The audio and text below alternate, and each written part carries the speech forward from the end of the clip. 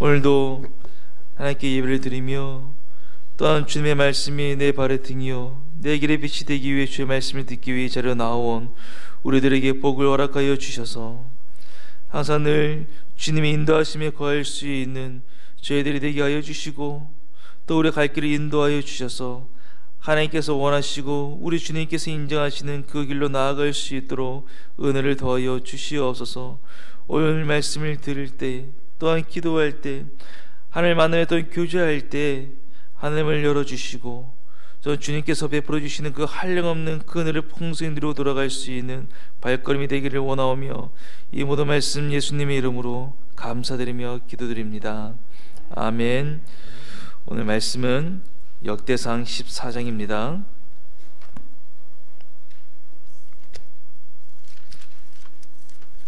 역대상 14장 1절로 17절까지의 말씀입니다.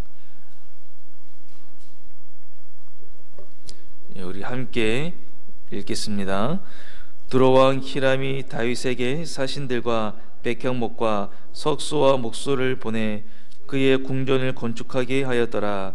다윗이 여호와께서 자기를 이스라엘의 왕으로 삼으신 줄을 깨달았으니 이는 그의 백성 이스라엘을 위하여 그의 나라가 높이 들림을 받았음을 알미였더라.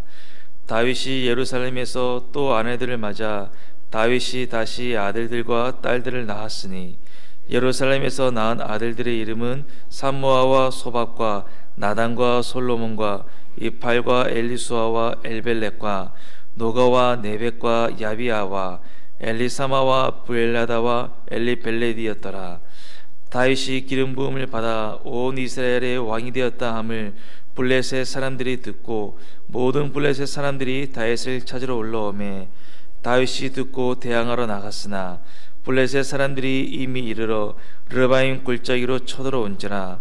다윗이 하나님께 물어 이르되 내가 블레셋 사람들을 치러 올라가리까 주께서 그들을 내 손에 넘기시겠나이까 하니 여호와께서 그에게 이르시되 올라가라 내가 그들을 내 손에 넘기리라 하신지라.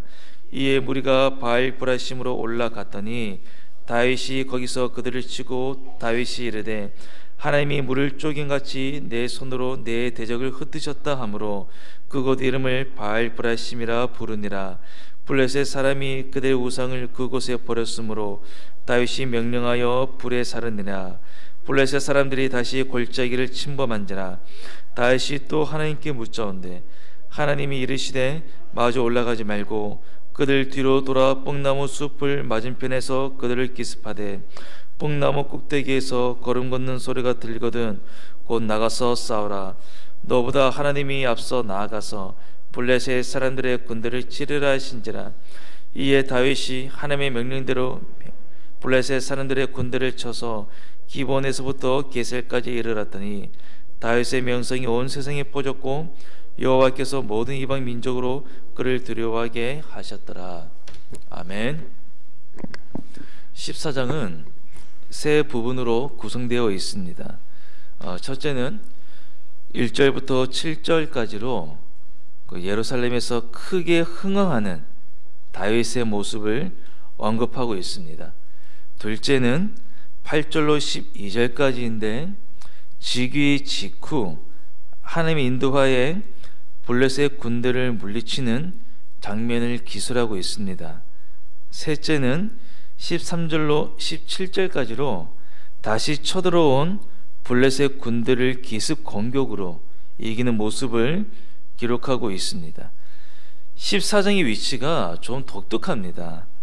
13장에서 언약궤를 예루살렘으로 옮기다가 규례에 어긋나게 옮겨서 사람이 죽는 사건이 발생했습니다. 그리고 15장에는 합당하게 하나님의 궤를 옮기는 장면을 기술하고 있습니다. 그 중간에 14장이 위치하고 있는 겁니다. 이건 어떤 의미일까? 다윗이 규례에 어긋난 행위로 인해 그 하나님의 목적, 하나님의 그 심판을 목격했음에도 불구하고 다윗의 승리하는 모습을 기록한 것은 다윗과 함께 하시는 하나님의 축복을 강조한 것이라고 볼 수 있습니다. 소위 어떤 사람을 보고 잘 나간다고 하지 않습니까? 14장에는 13장에서 불미스러운 일이 있었지만 그럼에도 불구하고 다윗의 흥황하는 모습을 보여주고 있습니다. 우선 두로왕 히람의 원조로 다윗 성을 건축하는 모습이 기재되어 있습니다. 히람 왕이 보낸 백향목은 당시로서는 최상급의 건축 자재였습니다. 그가 보낸 석수와 목수도 아마 최고의 기술자들이었을 겁니다. 뿐만 아니라 여기에는 그 많은 자녀의 명단도 나와 있습니다. 다윗은 헤브론에서 많은 자녀를 낳았지만 예루살렘에 와서는 그보다 더 많은 자녀를 낳았습니다. 이러한 외적 의복을 보여줌으로써 이 성경 기자는 다윗이 하나님의 많은 복을 받은 사람이라는 것을 드러내고 있는 것이죠. 그런데 다윗은 이런 성공과 번영에도 불구하고 자신의 인생의 그 목적을 분명히 깨닫고 있었습니다. 2절입니다. 다윗이 여호와께서 자기를 이스라엘의 왕으로 삼으신 줄을 깨달았으니 이는 그의 백성 이스라엘을 위하여 그의 나라가 높이 들림을 받았음을 알미였더라.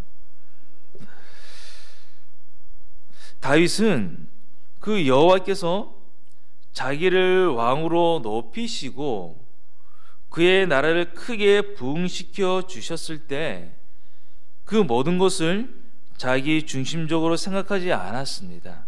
반대로 다윗은 자기의 영광과 나라의 번영이 오직 이스라엘에게 복 주시기 위한 하나님의 역사였다. 자기는 이 하나님의 뜻을 이루기 위해 이용된 도구에 불과하다는 것을 알았습니다. 자기 중심적으로 바라보지 않고 하나님 중심적으로 본 것이죠. 이게 참 중요한 것 같습니다. 무엇을 하든 어떤 소득을 얻고 뭔가 성과를 이루면 사람은 교만하기 쉽습니다. 조그마한 성과에도 울줄거리는 게 바로 우리입니다. 교만하지 않습니까? 자기를 드러내고 자기를 알리고 싶고 자기가 이만큼 성과를 이루었으니까 나는 당연히 인정받아야 한다라며 하나님은 온데간데 없습니다. 인생의 중심을 자기에서 바라보면 마음이 높아지고요, 하나님께 영광 돌리지 않게 되는 겁니다. 하지만 무엇을 이루고 어떤 성과를 쌓아도 하나님께서 이것을 통해 하나님의 나라를 위해 나를 사용하시려 하는구나 하면 감사와 겸손 그리고 찬양이 나옵니다. 하나님께서는 그 사람의 신앙의 고백을 통해서 또한 영광을 받으시겠죠.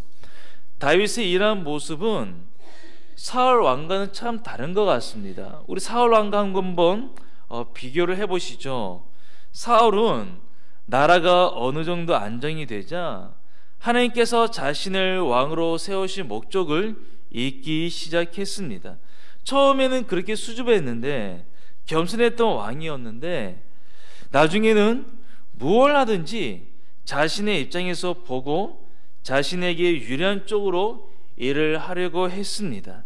결국 교만 때문에 하나님의 말씀을 듣지 않고 자꾸 자기를 드러내려고 하니까 하나님의 영이 떠나 고통받고 하나님께서 기름 부으신 다윗을 그렇게 죽이려고 하다가 결국 자신이 비참한 죽음을 맞이하게 되었습니다. 그래서 우리는 사울 왕과 다윗의 모습을 통해 어떠한 환경에 처해 있을지라도 순간순간마다 하나님의 영광 위에 살아야 한다는 성도의 소명을 잊지 않아야겠구나 하는 그런 깨달음을 얻게 됩니다. 바로 이것이 우리 주님께서 보여주신 삶이기도 하고 신약에 와서는 또한 바울의 인생이기도 했습니다. 후반부에는 이 블레셋과의 싸움을 기술하고 있습니다. 다윗 왕이 즉위했다는 소식을 듣자 그를 죽이려고 블레셋 군대가 올라갔습니다. 다윗은 적들을 물리치기 전에 먼저 하나님께 묻습니다. 그리고 하나님의 도움으로 블레셋 군대를 이깁니다. 또 다시 블레셋의 군대가 쳐들어왔습니다. 그런데 다윗은요, 두 번째에도 또 여전히 하나님께 묻습니다. 다윗은 문제 앞에 어떻게 했죠?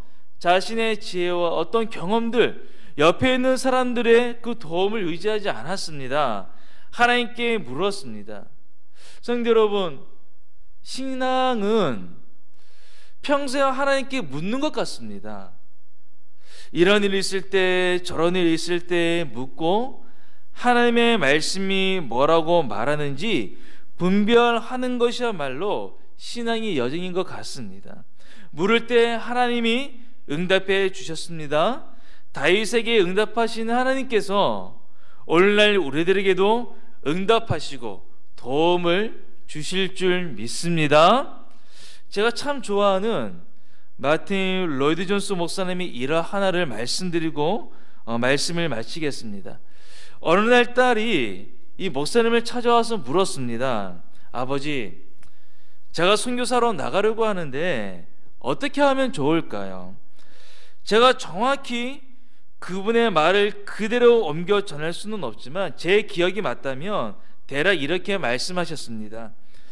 정말 중요한 문제 앞에서는 사람을 찾지 말고 먼저 하나님을 찾고 하나님께 응답을 받으렴.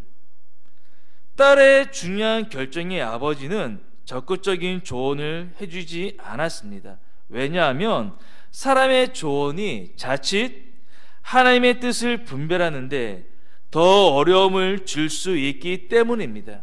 그래서 아버지는 딸에게 정말 중요한 문제는 하나님을 찾으라고 조언을 했던 겁니다. 그렇다고 해서 사람을 전혀 찾아가서는 안 된다는 것도 아닙니다. 하나님께서는 사람을 통해 무엇이 주님이 기뻐하시는 뜻인지 가르쳐 주시기도 합니다. 하지만 매번 사람을 찾아가서 도움을 받으려고 한다면 그건 사람을 의지하는 것이겠죠. 다윗은 문제 앞에 하나님께 물었습니다. 또 물었습니다. 오늘 여러 가지 일들이 우리 성도님들을 기다리고 있을 겁니다. 문제를 만날 것이고 어떻게 해야 하면 좋을지 감을 잡지 못할 수도 있습니다. 그럴 때 여러분 14장의 다윗을 떠올려 보시기를 바랍니다. 다윗은 문제 앞에 하나님께 물었습니다. 또 물었습니다. 하나님께서 응답해 주셨습니다. 성도 여러분도 하나님께 물으시고 응답받고 인도함받는 그런 복된 하루가 되기를 바랍니다. 오늘같이 찬양을 드리지 않습니까? 내 갈 길 모르나 주님이 인도하신다는 겁니다. 문제 앞에 하나님께 물으시고 응답을 받고 인도하심에 거할 수 있는 저와 우리 성도님들이 되기를 바랍니다. 우리 함께 기도드리겠습니다. 하나님, 우리의 삶의 목적을 잊지 않게 해주시고 우리가 잘 안 될 때에도 잘 될 때에도 하나님이 우리의 삶의 중심이구나 하는 것을 알아서 하나님의 그 영광을 살아갈 수 있는 그 삶의 목적을 잊지 않게 해주시고 겸손케 하여 주시옵소서. 또한 둘째는 무엇을 하든지 간에 어떤 일을 당하든지 간에 늘 항상 하나님께 묻게 하여 주시고 하나님의 그 응답을 받고 그 응답에 순종해 나아갈 수 있는 우리 모두가 되게 하여 주시옵소서. 그리고 우리 교회를 위해 또한 고난과 어려움 당하고 있는 우리 성도들을 위해 또 5월 17일 있을 다음 세대 해피데이를 위해 기도하시고 또한 같이 기도점을 가지시고 기도하시는 가운데 돌아가시길 바랍니다. 우리 함께 기도드리겠습니다.